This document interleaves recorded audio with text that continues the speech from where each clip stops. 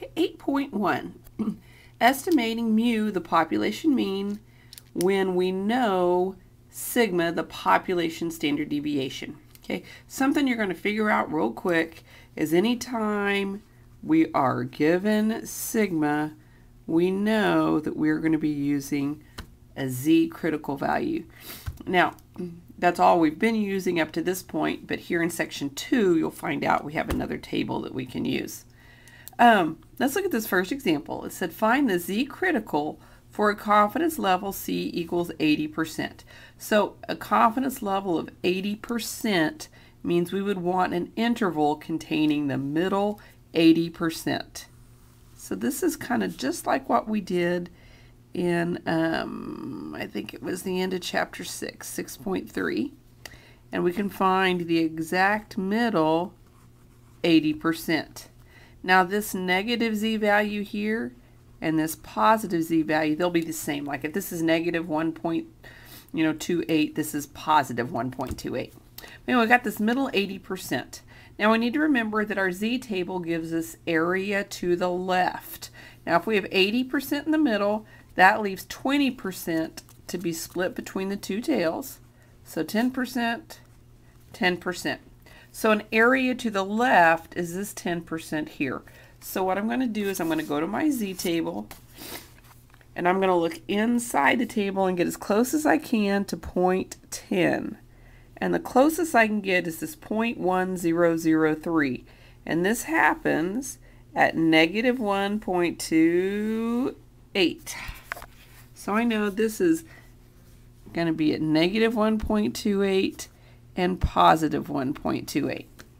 Now, this would be a real pain if we had to do this for every confidence interval that we're going to make, okay? Because we could have 80%, it could be any percent.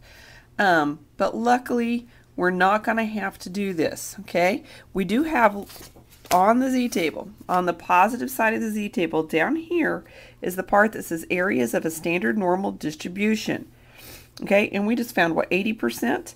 80%. There's that 1.28. Okay, but that's where these numbers are coming from. If we did 70% in the middle, we would go from negative 1.04 up to positive 1.04. Okay, if we were at 99% in the middle, negative 2.58 up to positive 2.58. So we're just going to use these confidence levels. You will not be given any others than these, so we know that these values over here will be our z criticals we may be using. Okay, so let's look at this example. As part of an environmental studies class project, students measured the circumferences of a random sample of 45 blue spruce trees near Brainerd Lake, Colorado. Okay. So we know N is 45. Okay. The sample mean circumference was x bar equal 29.8 inches. Assume sigma, our population standard deviation, is known to be 7.2 inches. We want to find a 95% confidence interval for the population mean circumference of all blue spruce trees near this lake. All right, so we're going to start off and find our maximal margin of error. Okay, that formula was, z critical times sigma over the square root of n.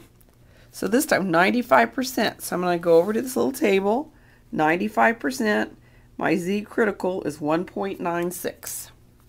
I'm going to go 1.96 times my standard deviation, 7.2, over the square root of 45. Okay, I should have my calculator handy when I'm doing these things. All right, so 96 times square root of 45, and we get 2.10. Okay.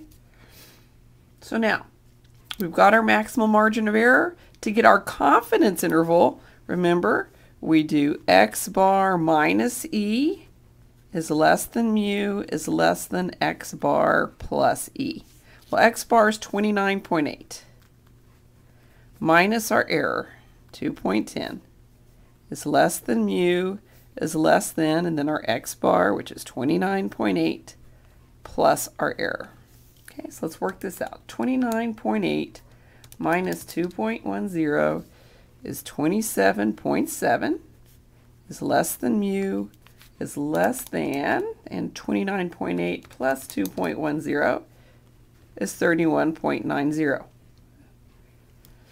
So I'm not 100% sure that the population mean's actually between these, but I can say I'm 95% sure. So here's how we write our explanation. I would say I am 95% confident that the population mean, okay, and the population mean what? It's the population mean circumference of all blue spruce trees near this lake. So circumference of all blue spruce trees near this lake is between, and we got 27.7 and 31.90 inches. Okay? So when you work these problems, you do your error, then you work out the interval, and then you have your conclusion. Okay? I don't think I have quite enough time to work another example on here, so there will be a part 2.